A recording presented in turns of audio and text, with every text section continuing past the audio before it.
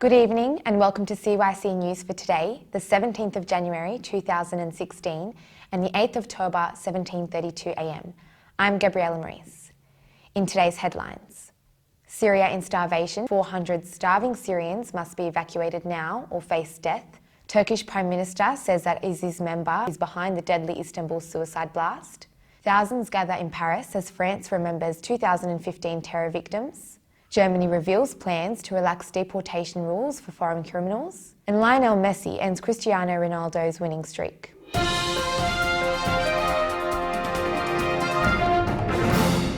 His Grace Bishop Daniel, General Bishop of Sydney, visited the General Consul of the Japanese Embassy in the Australian capital, Canberra, and the First Secretary of the Embassy. The Japanese delegation welcomed the colony of the Coptic service in Japan. The visit ensured the service and the history of the Coptic Church in Japan and continued contact for the improvement of the service and education about the Coptic Orthodox Church. His Grace Bishop Daniel was accompanied by Hegumen Thomas Kanazaki, a Japanese priest, and Hegumen Joshua Tadros. At the end of the visit, His Grace Bishop Daniel presented the Japanese consul with a book about the Coptic Orthodox Church. Over to Syria, where 400 starving civilians are in desperate need of supplies. Soon after aid trucks have reached Madaya, the situation became even more dire than expected. According to Stephen O'Brien, a United Nations Under-Secretary General for Humanitarian Affairs, hundreds of civilians in the besieged Syrian city are on the brink of death. Madaya has been ravaged by starvation in the Syrian civil war. The rebel-held city has been blocked off by the regime and landmines. On Monday, the city of 40,000 received its first shipment of foreign aid since October. The sight of food trucks brought starving residents to tears, a UN source told CNN. The UN Refugee Agency said 49 vehicles were delivering aid to Madaya.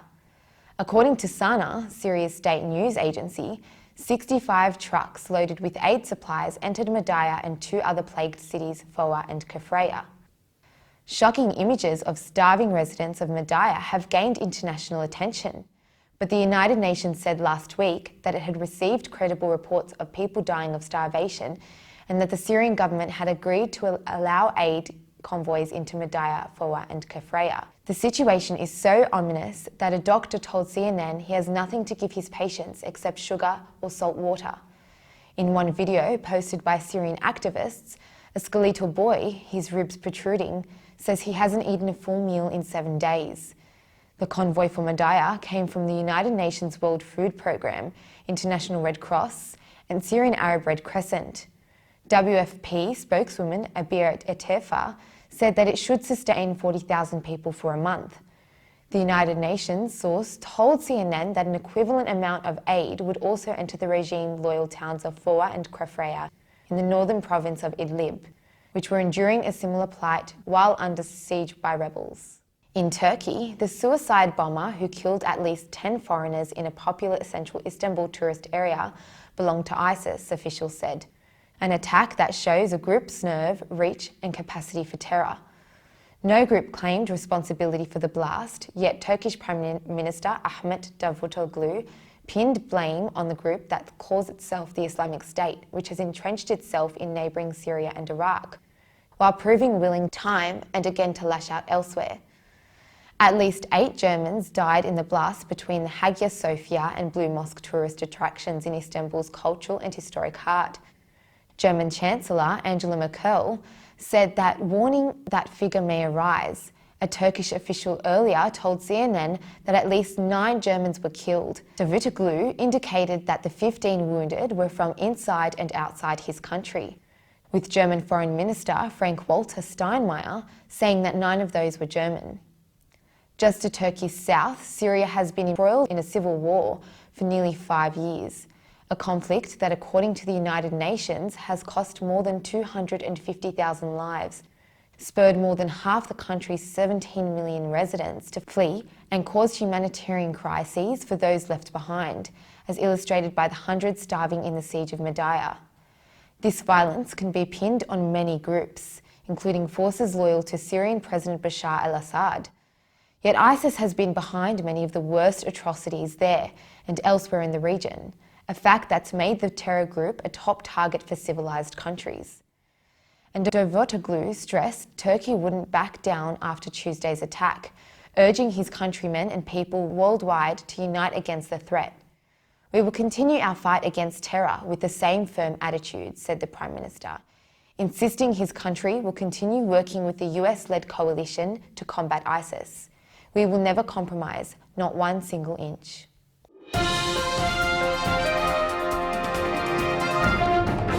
Thousands gathered for a moving memorial service in Paris on Sunday as a city and a nation paused to remember the scores of lives lost in a spate of terror attacks last year.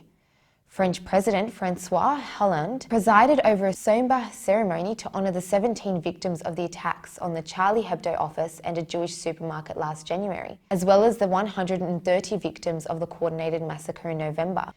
There was heavy security around the Place de la République on Sunday as Hollande and the Mayor of Paris, Anne Hidalgo, laid a wreath and unveiled a commemorative plaque near a newly planted oak tree. The Place de la République, a vast square in eastern Paris, has become an informal memorial and a rallying point for free speech and democratic values after the attacks. Candles, flowers and pictures of the victims lined the base of the Marianne statue, a symbol of the French Republic.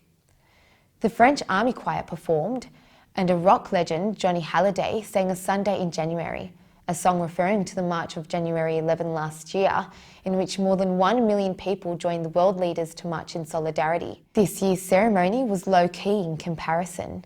About 1,000 people, survivors, first responders and relatives of the victims, were invited to the event. Hollande met very briefly with the families of the victims. Later on, the square was opened up to the public and was lit up in the colours of the French flag. Hollande also made an unannounced visit to the Grand Mosque of Paris, according to Élysée Palace spokesman. A state of emergency is still in place in France, and people there are still struggling to come to terms with the horrendous events of last year. The French are hesitating between anger and fear, and Stéphane de Vries, a journalist with France 24 and CNN contributor, "It's very difficult for the Parisians because they know they have been touched in the heart, but at the same time they would like their lives to go on like before. But they also know that is not possible." France's year of bloodshed culminated in a series of coordinated attacks on a concert hall, bars, restaurants and a sports stadium on November 13 that killed 130 people, and the brutal killings of 12 people and a police officer at the offices of Charlie Hebdo on January 7. And still in Paris, the first images of the most wanted fugitives sought over the Paris terror attacks have emerged, depicting the suspect at a gas station in northern France in the morning after the killings.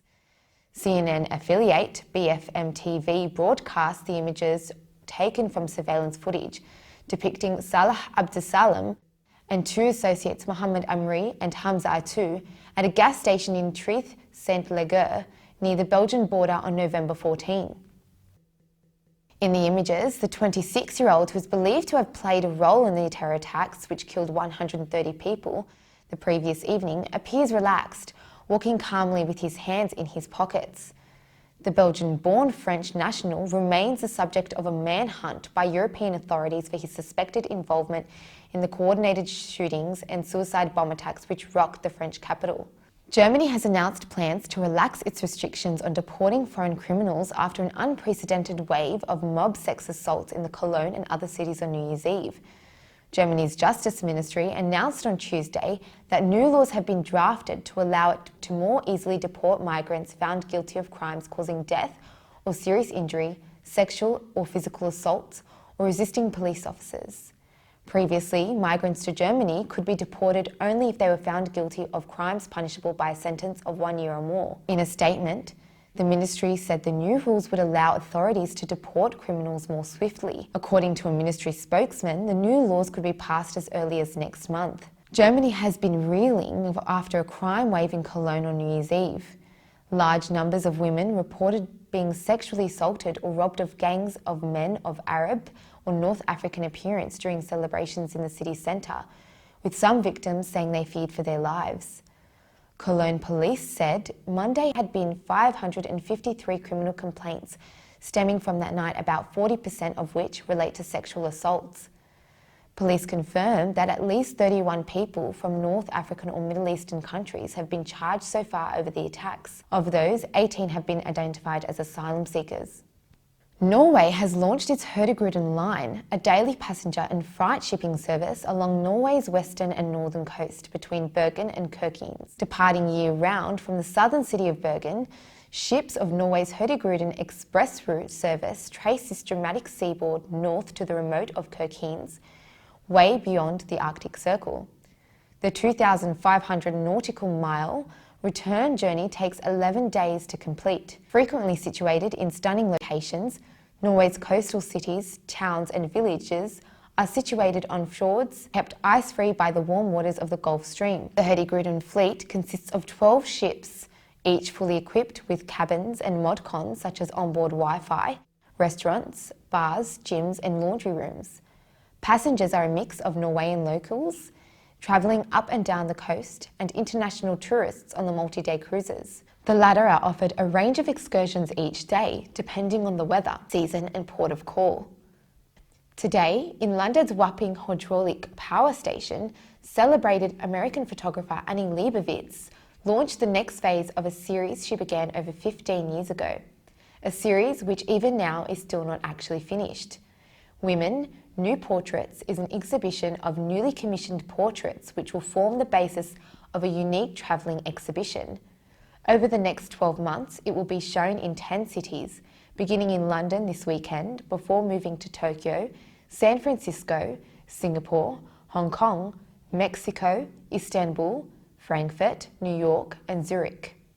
Staged as more of an installation, the new exhibition continues the work of the initial series, featuring outstanding, diverse women including the likes of Aung San Suu Kyi, Amy Schumer and Adele. Leibovitz was well aware of the remarkably vast nature of the subject and admits she wasn't convinced at first. Prompted by writer and cultural analyst Susan Sontag, Leibovitz initially published Women in 1999 as both a book and an exhibition, featuring women from all walks of life, from Las Vegas showgirls to the First Lady. It was a hugely successful and widely recognised as a collective portrait of American women at that time, laying bare their outstanding achievements alongside the challenges they still faced.